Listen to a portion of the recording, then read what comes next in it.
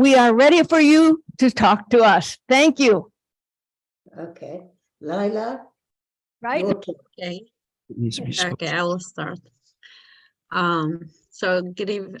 I don't know what's the time in your place now. So good evening. And we are so happy to be here today to talk to you and to share with you our stories and to talk about our organization. And I will never do this by myself. I have my friends and my sister, Robi Damelin.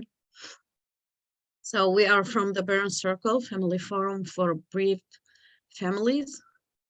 We are more than 600 families who lost their beloved ones.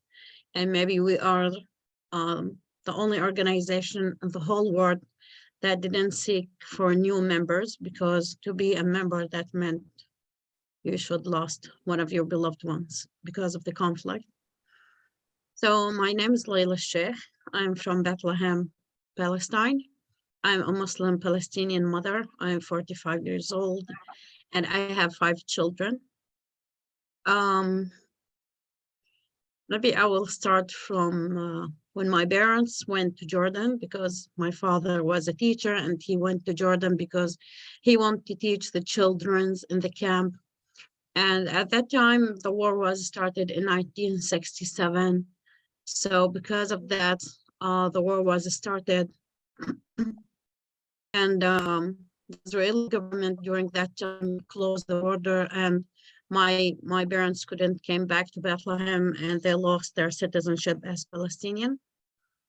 So I was born in Jordan and my childhood was very normal. Maybe the unique thing that my father always speak about Palestine and he have thousands of stories about Palestine. So I love Palestine from what I heard from my father. So after I finished my study in accounting business in Jordan, I met my husband. He's originally from Bethlehem too. And I came to Bethlehem in 1999 to started my new family and get married, of course. So it was a dream come true for me. I was really happy. I visited all the places that my father spoke about and visited all his family members, his neighbors, his friends. So the first year was amazing, and the most unique thing that we have our first daughter and we become happy because we start our family. And after 2 months, the second uprising started. And during that time, I was really afraid because that was the first time I lived in a crazy situation like that. And I hope that will end soon, but unfortunately, every day become much worse. And during that time, the Israeli government prevented me from taking my Palestinian ID. And they have like law not to give people like me who came from Jordan or Arab countries to give them Palestinian ID. So that meant I can go freely from place to place and I can't visit my family in Jordan. And I didn't care too much because I have my family to take care of. And after a second year, we have our second son. He was a very beautiful, intelligent boy. We named him Qusay. Qusay means something far away. And we loved both of them. We start to have plans for their future and start to think what we should do for them.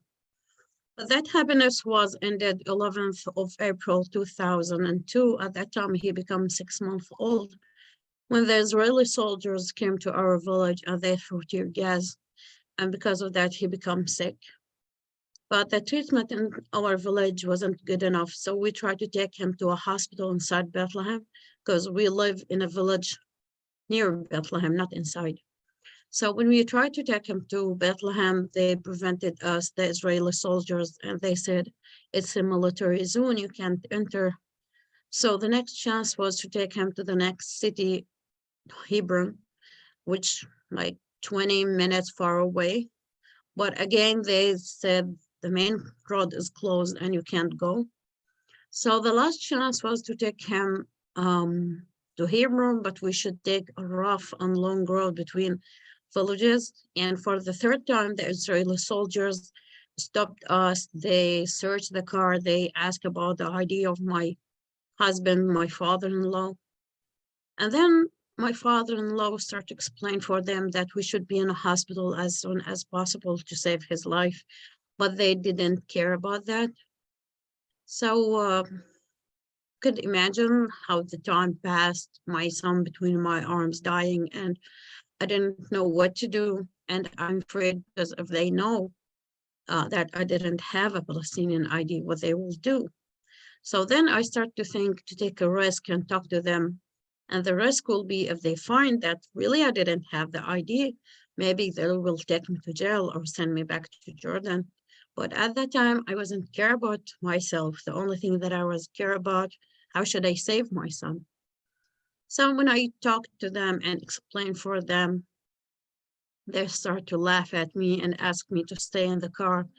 And they stopped us more than 4 hours. And you could imagine 4 hours with a small boy dying, didn't know what to do. So when we arrived to the hospital, the doctor said it's too late to save his life. And if he will stay alive after 48 hours, he will be handicapped. So the two choices was really so hard to think about or even to believe. So in the evening, 2 o'clock in the evening, the doctor came and he asked us to leave. And he said sometimes the soldiers came and searched the hospital, and they said that the fighters, the Palestinian fighters, hide inside the hospitals. So they will ask everyone who is not sick to leave. And we begging him and talk to him, how could we leave our son there without being beside him? And he said, because he's in the intensive unit care, you can't be with him. So finally we left, and that was so hard for me. How could I left him there alone? So when we reached the house in the evening, I immediately went to the house of my parents-in-law, because at that time he wasn't have cell phones. And I called the doctor and he started to explain many things, but my mind was refused to understand what he's talking about. So then my husband came and he talked to them, and I started shouting him and asking him what's going on. And he said, I'm so sorry, your son died.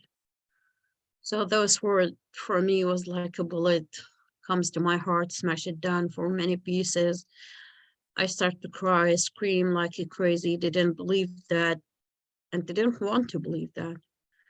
And after 5 minutes, the house was full of people, relatives, neighbors, friends. But for me, I wasn't care about any one of them. The only thing that I was care about is my son. So I started to convince myself that when we came back home, I slept in the car and this is just a dream. And tomorrow morning, I will bring my son back and everything will be okay. But unfortunately, that was the truth. In the middle of the night, I was really so tired, and I slept maybe just for 5 minutes, and I saw a white dove came and stand on my shoulder and say to me, Mama, don't cry, I'm so happy. But from that moment until today, I couldn't stop crying every time I think about or even speak about him. So that was the longest night in my whole life. Next day, when they bring him back from the hospital to say goodbye for him, until the moment that they gave him to me, I thought they lied for some reason and my son still alive. So when I take his blanket off that was covered, I was shocked when I saw him. He was very blue. And when I tried to kiss him, I felt that I um, kiss a frozen rock. So without thinking, immediately I hugged him so tight because I believe in miracles. And I thought if I hug him so tight, he will be warm enough and go back to life.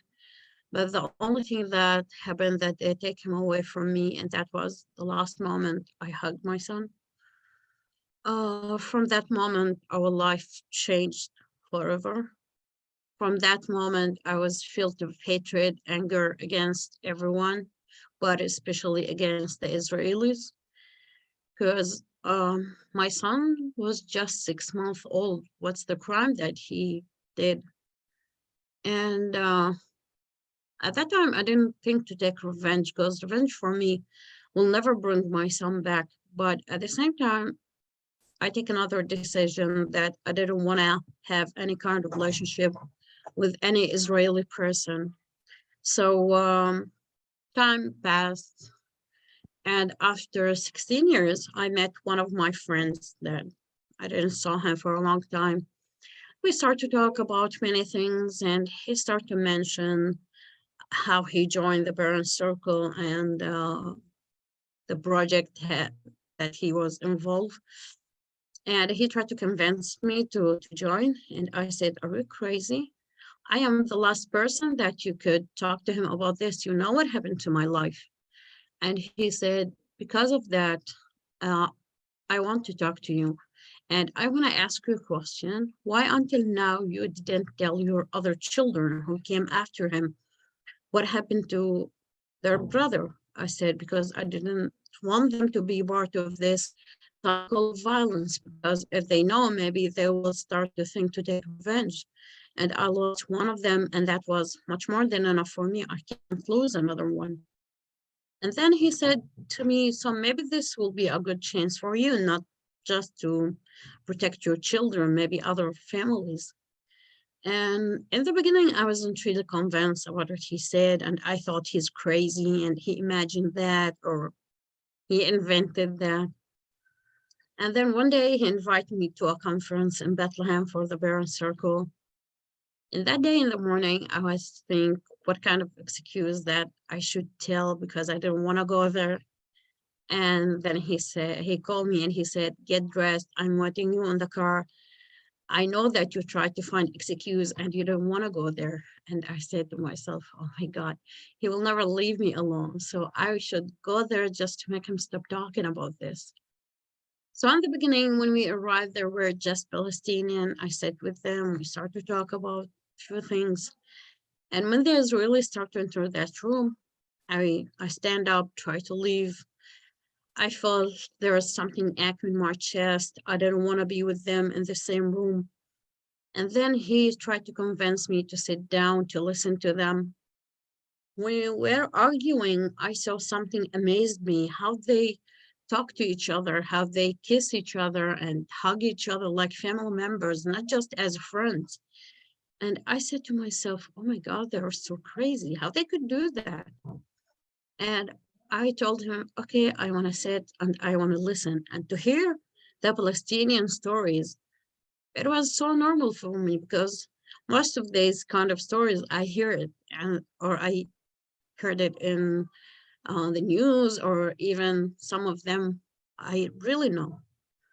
But when the Israelis start to talk about their personal stories and how they lost their beloved ones, that was something amazed me because that was the first time I looked at them as human like me. And for the first time, I felt that we shared the same pain, we shared the same tears, even if we had different circumstances. But pain is pain and loss is loss. It doesn't matter if you're Muslim or Jews or Christian, if you're black or white or whatever, but the pain is the same pain. So I decided to participate one of the project. And this is one of the most amazing project in our organization called Parallel Narrative Project. And maybe we are the only one who give a chance for the people from both sides to sit and to understand each other and try to know how they live. Because as a Palestinian, we just met soldiers or settlers, but we didn't met normal people like us. So that was like a great chance for us to meet Israelis, to talk to them for 8 times.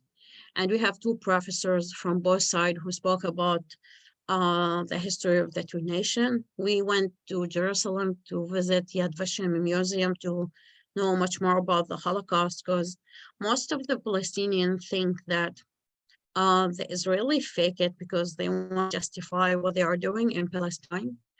And we went to visit Palestinian village was existed before 1948, because even the Israeli thought that land was empty and no one lived there.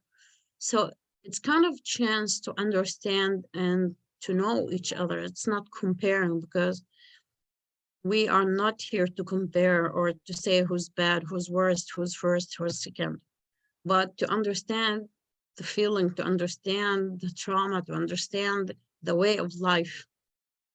So the first activity, they asked us to speak about something happened during the conflict. And that was the first time after my son's death, I spoke about him. Even between me and my husband, we didn't spoke about him since his death. And that was so hard for me. I couldn't complete the story. I started to cry. It was like to open the wound again after 16 years, bring the memories back, the pain, the anger. And an Israeli woman came and she sat in front of me and she started to apologize. And I looked to her and asked her, what? And she said, yes, I didn't hurt you, but the people who hurt you from my own people, I'm a mother too. I could understand your pain. I could understand the word that you couldn't say. And she came and hugged me, and both of us started to cry. And to be honest, that was the first time someone had that effort to talk to me and give me that feeling that he cared about me and he could understand my pain. Even my family members, no one tried to even talk to me about this. From that day, I felt her word was like a light comes from dark and deep place, open my heart and my mind again to rethink about my life and what should I do. And then I become member in the forum, start to give lecture inside Israel, Palestine, travel around the world to spread the message of peace and reconciliation. And I found it's so easy to talk to people about these words. It's simple words, but it have a strong meaning. But I thought that I did everything right and everything become perfect.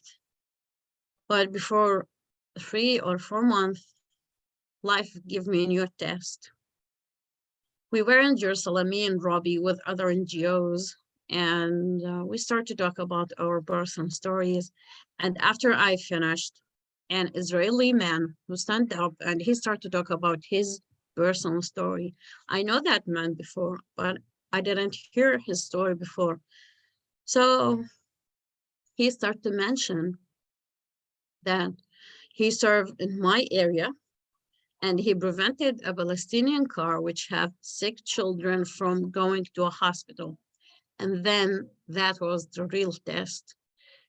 And I was really shocked. I didn't know what to do or what to say. I started to cry. I felt I can't breathe because in my whole life, I didn't thought that I will meet one of them. Yes, he wasn't there at that day, but he do the same things. And that was so hard for me to hear that part of his story. So then Robbie asked both of us to go outside and speak. And then he said to me, I was thinking, should I tell that part of my story in front of you or not? But then I find it's very important, even for me, to speak about that. And then he said, after that accident, after time, I don't know how exactly, he took his son to a hospital. And the guard stopped him because he want to ask him which part of the hospital he want to go and what he gonna do. And he said his son was in very critical condition and he should move so fast. And he said, just that moment, I realized what I did to the Palestinian. And he quit from the army. He was a high officer and he established a new organization called Combatant for Peace with ex-fighter from the Palestinian side. And they start to make change on the ground. And I look at him and I say to him, look, to be honest, that was so hard for me to hear that part of your story. But at the same time, I want to thank you because you have that courage and to be honest and to spoke about that. Because if I will know that part in your story was existed and you didn't tell me, I will never forgive you. But now I could forgive you. And then you could really realize that, yes, I meant every word I said. I really meant everything that I do. And then it's become real for me. Thank you so much. You, thank you. So it's interesting. I was asked this week to go and speak on Yom HaZikaron, on Memorial Day, at a ceremony, which is not the ceremony which we have every year, but it's a ceremony for the general public. And I was thinking, I can't actually go there because on the 24th, which is Erev Yom HaZikaron, the eve of Memorial Day, the Parents Circle and Combatants for Peace, the organization that Layla was just talking about, hold an alternate ceremony where we have Palestinians and Israelis who come and tell their stories, and beautiful music and poetry and people speaking. It's not the favorite of everybody, as you can well imagine, but we think that that we have the right to commemorate the lives of our children in the way that we see fit, and that anybody who lost a child absolutely has the right to commemorate their children in the way that they want. Nothing, I would never criticize that. However, we do have problems with the government. So I would like to recommend you to open on the 24th of April. I will pass the information on through the American friends. If you would like to watch the ceremony, you can actually watch it live. I'm not sure, it's 10 hours difference, I think, the time with you in Israel. I'm not exactly sure. What's the time now? It's 8:20 here, so it's probably, I don't know. Is it morning, afternoon? What is it? Morning. It's morning. So you would be able to watch it on the 24th all together, and I think you might find it an extraordinary experience. Thank you. Last year, we had 220,000 people all over the world watching the ceremony, which is quite extraordinary. Of course, we don't know yet. I'm sure that you are aware that we have a new government here, and that things are becoming very, very difficult. Actually, in the past, before COVID, both Netanyahu and Lieberman tried to stop the Palestinians from coming to the ceremony. And actually, we went to the High Court, which is what the government wants to take care of now. And we won, and so the Palestinians came to the ceremony. It's difficult to talk because I was thinking, what shall I say about mothers?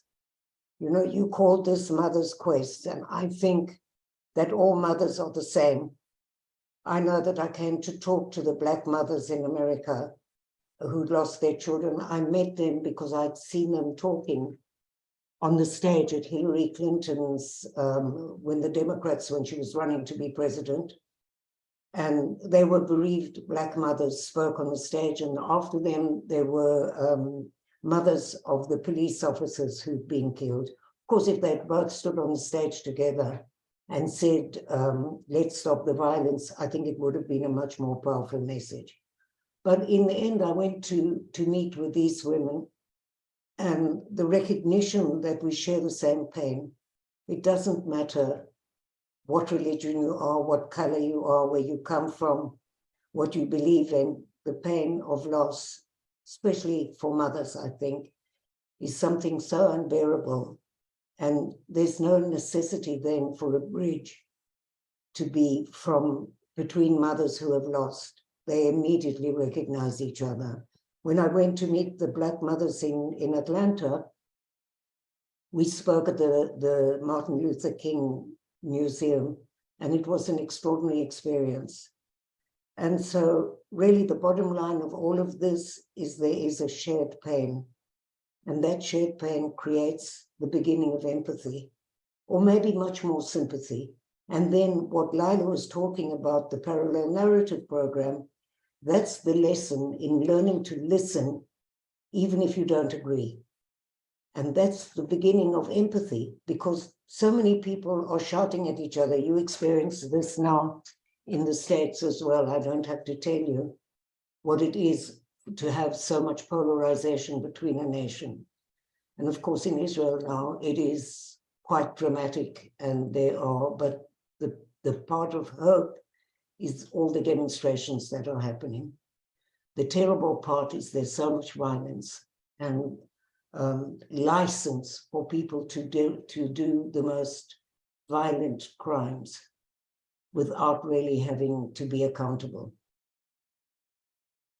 Please don't think that I'm criticizing Israel, because you need to know the truth. I love this country, but I want it to be a country where my neighbor has just equal rights with me.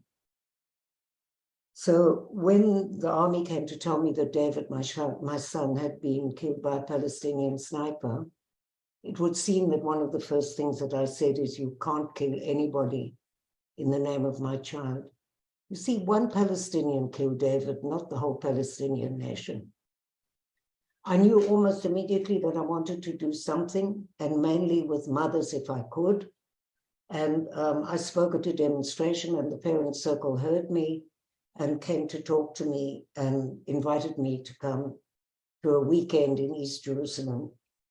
And for the first time, I met Palestinian mothers from the West Bank who had lost children. And I remember sitting around a table and looking at them in their eyes and thinking to myself, wow, we share the same pain, we've got the same colored tears. How powerful would we be if we could stand on a stage together and speak in the same voice for reconciliation and non-violence? Wouldn't that be extraordinary, and to end occupation? So that changed my whole life that weekend. And I started to travel all over the world, and I went to England, and I spoke at Congress and in the Senate and in a hip hop concert in San Francisco, in the weirdest of places, always with a Palestinian partner, which is when I recognized that this whole organization, the message that we give isn't local, it's international. If people only would understand the need to really hear stories, because actually that's the basis of all the work we do, is to tell you a story which makes an emotional breakthrough, which allows you to open your heart, even if you don't agree. So after that weekend, and after traveling all over, one night I was sitting next to my computer, and there was a knock on the door, and when I didn't want to open the door, because when I opened it at first, I saw 3 soldiers. So I banged it in their face, because that only means one thing. And to lose another child would be impossible. I couldn't bear any more of this pain, which never goes away. It's as if somebody came and slashed a scar into your heart. But you learn to live with it next to you, and you make a decision. What are you going to do to try to prevent other families from experiencing this pain?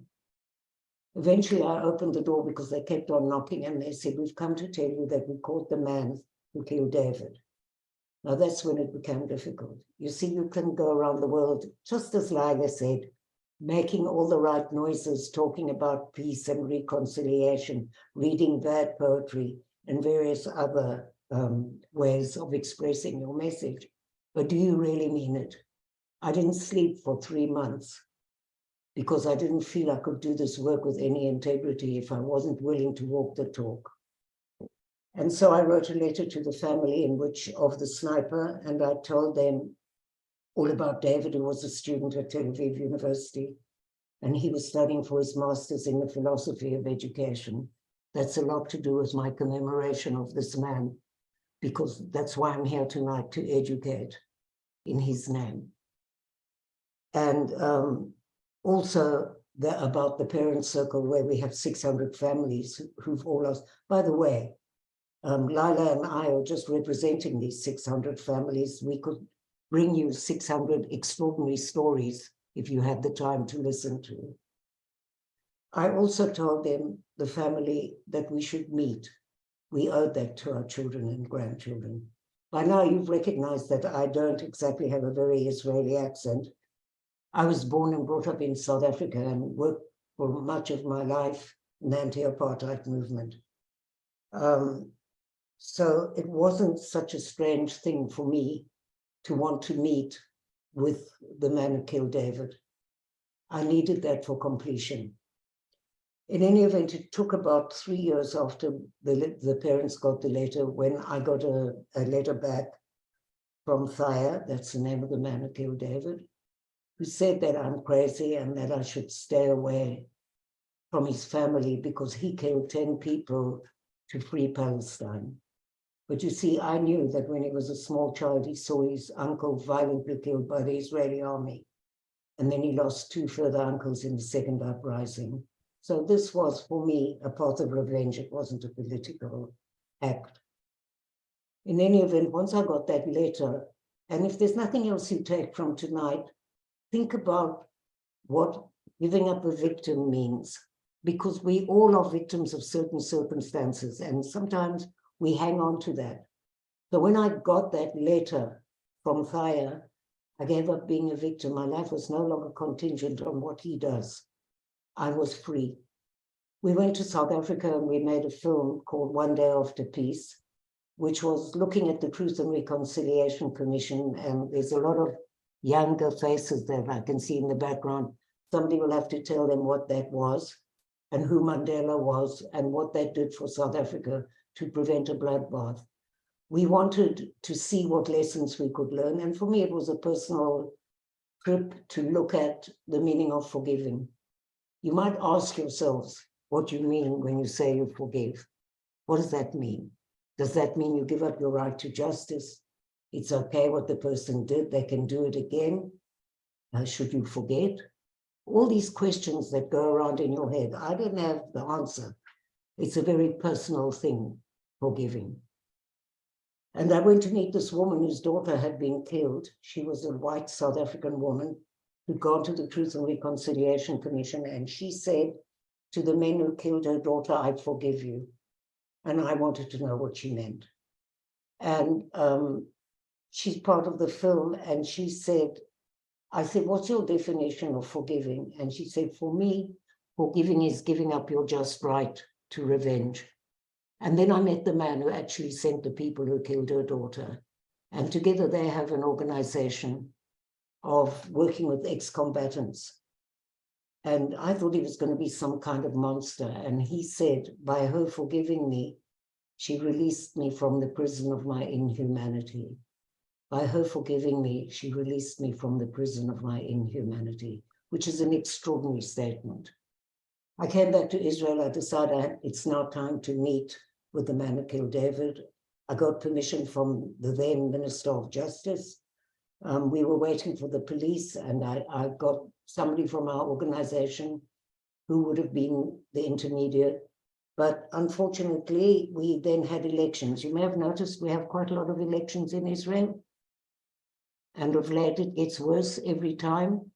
So the ministers of justice were not exactly in favor of what I wanted to do. They were more ministers of justice. So that's not happening now, but it isn't that important to me anymore. And so I will stop here, and maybe you would like to ask some questions. And also we have to let Layla go quite soon, because the lady it's Ramadan. You might want to wish her Ramadan Kareem. Does someone have a question to ask these ladies? We would like to open it. Thank you.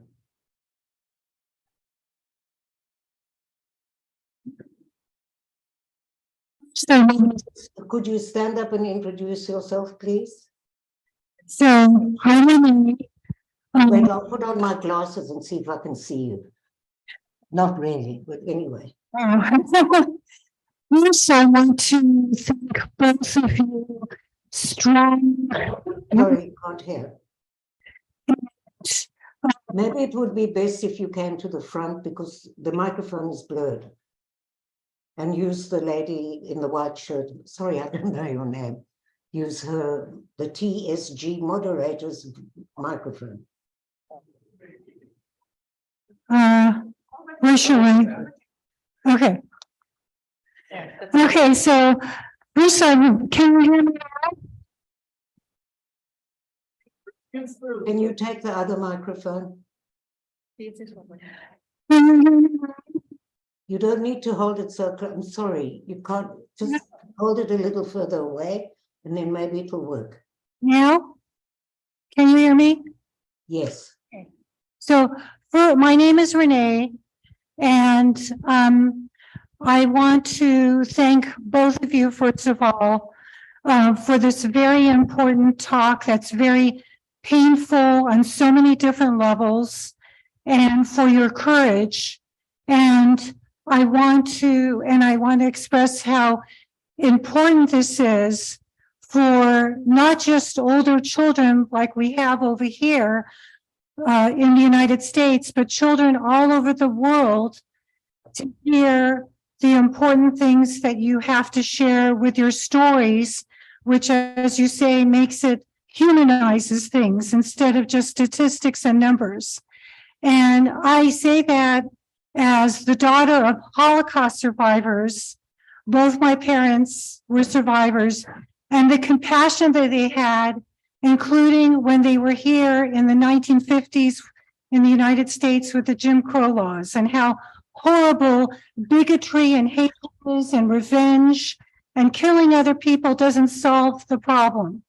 But my question for you, both of you, is that obviously not everybody feels that way, and I understand it's hard to forgive, which is a very complex word, a very personal word. But what I want to know is your extended family members that are in Palestine and in Israel, how do your family members feel about you publicly speaking and participating in this important organization?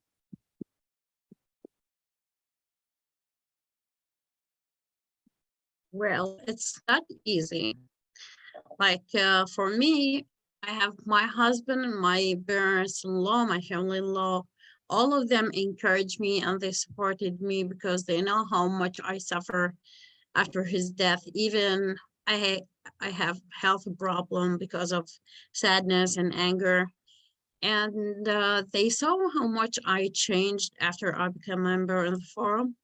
But on the other side, my oldest daughter, she was against that because she's the oldest and she know her brother, she know the story. And she always asked me why you've been with them and you shouldn't, and something like that. And as Robi mentioned, the Memorial Day, before 2 years, I was one of the speakers. And even after I became a member in the forum, I couldn't tell my other children about what happened to their brother. And I didn't know how even to tell them. But after I spoke in the ceremony and go back home, I saw all of them wake up and waiting for me. And I was really afraid because I didn't know how their reaction will be. And she came and she said, I didn't want to go to sleep before I tell you this. Just now I could understand why and for what you are doing this. And I'm so proud of you. And she came and hugged me, and that was maybe the most important point in my whole journey, because if my children could understand and they could support me, then everything will be easier for me.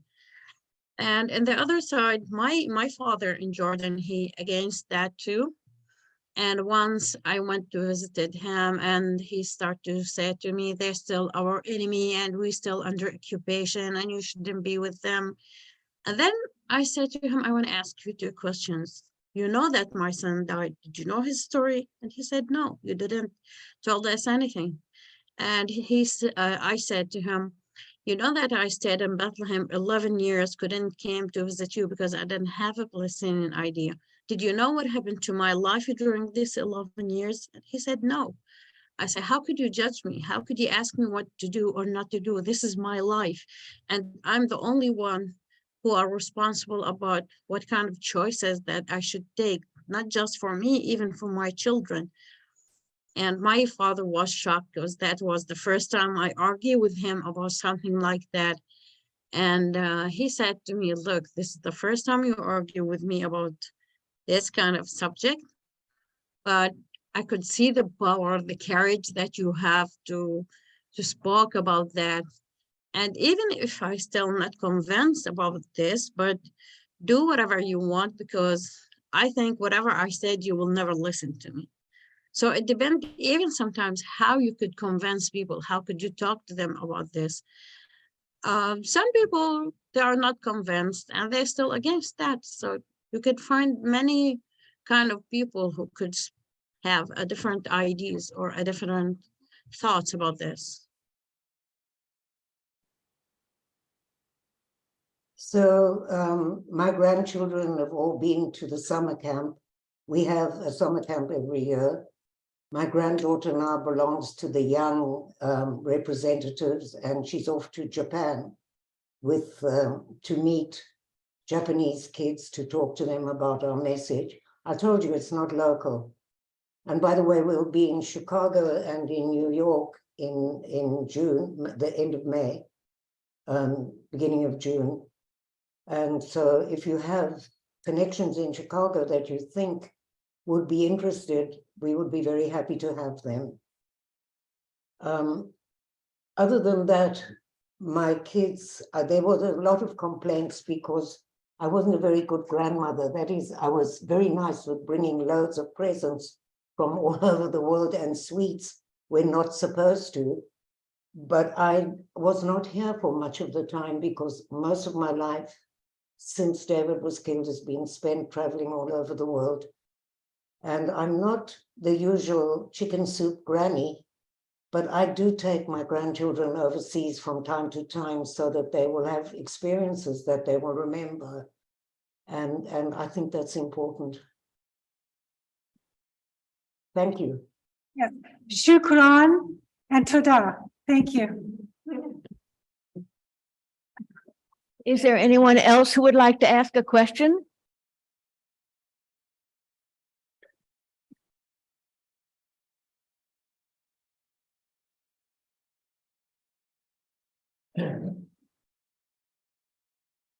Thank you, Ruth. Hello. Hi. Hi there. My name is Dan, and I'm honored to be the president of our synagogue, and very much appreciate you sharing your thoughts with us today. Very, I don't know, heartfelt, and certainly got to me. And I applaud your work that you continue to do to share your experiences with others, both within your states, within the Palestinian territory in Israel, and around the world. I want to ask challenges with. It's difficult to understand you. I'm sorry. I don't know, you've got lousy microphones. Can you hear me now? No. Now? Yes. Okay, sorry. You see, if you hold it next to your mouth, that's what we all, until you get used to it, it's much better to hold it a little bit away, then it becomes clear. Thank you. All right, you bet. Can you hear me now? Right. Yes. Thank you. My name is Dan. I'm the president of our synagogue. And I wanted to just say, I want to thank you for sharing your experiences and the work of your organization with us. I wanted to ask, understanding that at some point it is important to get support, I think, from respective governments or other leaders in your respective areas to help foster reconciliation. Do you feel that there are some next steps in addition to sharing your stories worldwide as you continue to do? Are there next steps where you think you're likely to get some support from either your government or your other leadership that will help grow the reconciliation efforts and grow peace? Well, it's kind of on the contrary at the moment. We have a government which is actually trying to stop our work. And so this is a very critical period for us. We work a lot in schools.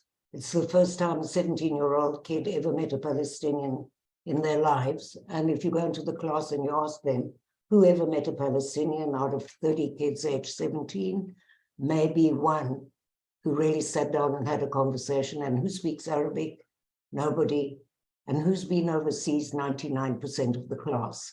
And so this is the first time that they would have an experience like you are having tonight with Layla and I, but in Hebrew, and they don't become Gandhi or Martin Luther King afterwards, but they have a sense of the humanity of the other.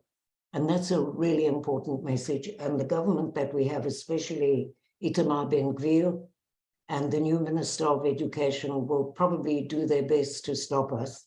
And we are starting a campaign now where we are going to work with lobbyists, and we need a media campaign and lawyers.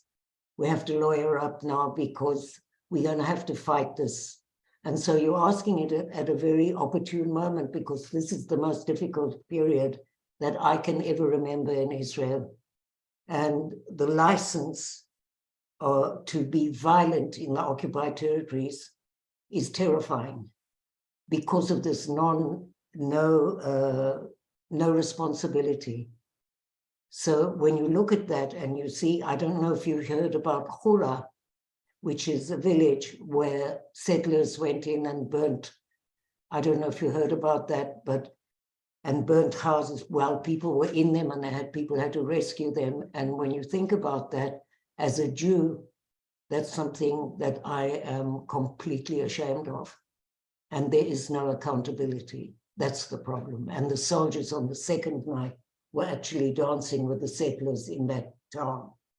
So when you talk about reconciliation and when you want to bring peace, you can never give up hope, because without hope, there's no peace. That is one of the most important equations of the whole peace movement. And so what is a miracle, actually, is that you have Layla and me together still talking, and that we do activities almost every week. I'll tell you a lovely story. I like to tell stories. We had a little workshop of memories recently, and there was a Palestinian mother who lost 2 sons, and she used to make stuffed vegetables because that's what her sons loved best. You know, like you take green tomatoes and stuff like that, and you fill it with meat. It's very good. And after her sons were killed, she stopped making those stuffed vegetables altogether. And then 15 years later, she suddenly thought, I'll invite all their friends and I'll make them those stuffed vegetables, which she did. And then an Israeli woman stood up and she said, you know, my mother was never a very warm mother, but her way of expressing love was to make a cake for each of her 5 children every Shabbat, so that that was her expression of love for her kids.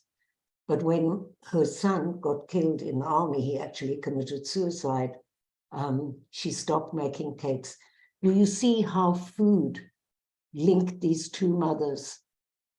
How much that's part of, we made this book called Jam Session, which was like Israeli and Palestinian mothers who cooked together and gave recipes for pickles and jams. But it wasn't about that. It was about telling the stories of each of these women and showing how food could become this denominator. Maybe you could have an iftar, you know, it's Ramadan now, you could have a dinner with the Palestinian community or with the Muslim community around you. This reaching out, you know, and I keep talking about the opportunity that happened with, this sounds crazy, but after COVID, so many families were left bereft and never had a chance to say goodbye. How extraordinary would that be if your community reaches out to these people that you normally would never have anything to do with? That's where the polarization comes from. Just an idea. And we would love you to be in on the ceremony if you would like. I can get in touch with the American Friends, and they can be in. Were you in touch with the American Friends before you got to Mira? No. No. Okay, so I will ask Mira to send you a link. It's on the 24th at 8:30 Israeli time. Can we have one more question? Sure. I mean, you've got to let Layla go at some point. Yeah, real quickly, you can still hear me, yes? Can- I mean, Can you hear me? yes. Okay, good. I just wanted to follow up by saying I applaud your efforts to reach out to students in the schools because they are the next generation. And as you probably are aware, we have folks in leadership positions here in various states within the United States who are trying to limit education among our youth, limit the types of topics that can be shared with them. And that is not a positive trend for us. So we have that change on our side as well. But we applaud your effort to reach out to the schools because again, that's. Yes, but I can tell you that that is very much in jeopardy with the new government. And they have been demonstrating outside the schools, which terrifies the headmistresses or headmasters. And the idea of, I know all about what's happening. We had a webinar with Randy Weingarten. You know who she is? She's in charge of all the unions of teachers in America. And that's just the subject that we were talking about, is this idea of banning books even about the Holocaust.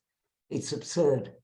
But we are going down the same fascist road, I'm afraid, at the moment, except that there are demonstrations of thousands and thousands of Israelis out in the streets every Saturday now for 13 weeks. Yeah. Can I just do one? Hi, thank you so much. Can you hear me okay? Layla, I just wanted to say to you, your son and my son were born the same year, and to hear your story and to bear witness to both your stories, I mean, it just pierces and expands my heart in ways that I will find the words for, because I think it's important to find words. I also wanted to tell you, my son there's an organization in the United States called Seeds for Peace. I don't know if you've heard about this. He was there for 2 years, and that changed his life. And I'm a big advocate for that organization as well. And for all that you do, I just wanted to extend an enormous amount of gratitude. I do feel that if people in power were mothers, we would have a very different world. Thank you so much, Layla. Thank you. Thank you so much, and God bless him and protect him. And this kind of work that we are doing is not about us.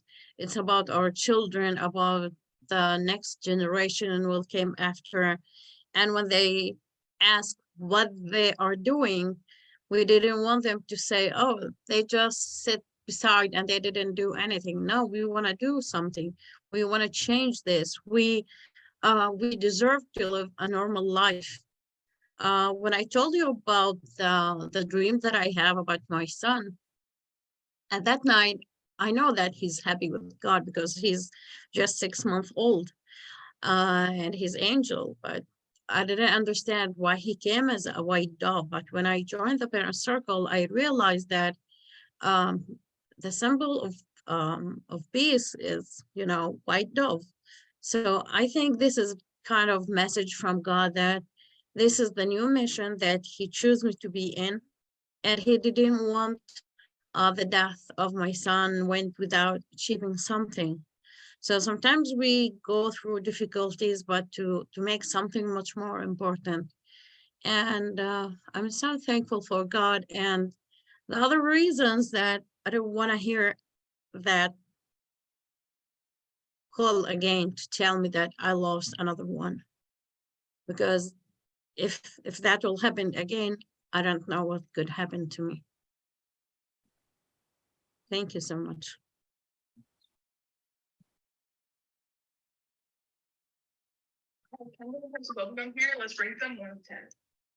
Thank you very much for coming to us today. It has been very meaningful to us, and we will work together, the social action and our adult education, to follow up what you said, to reach out to our Muslim neighbors and see if we can't make some gathering together. Thank you so much. And Chag Sameach. Chag Sameach. Samir, Yeah. Bye-bye. Thank you. here, have a good night.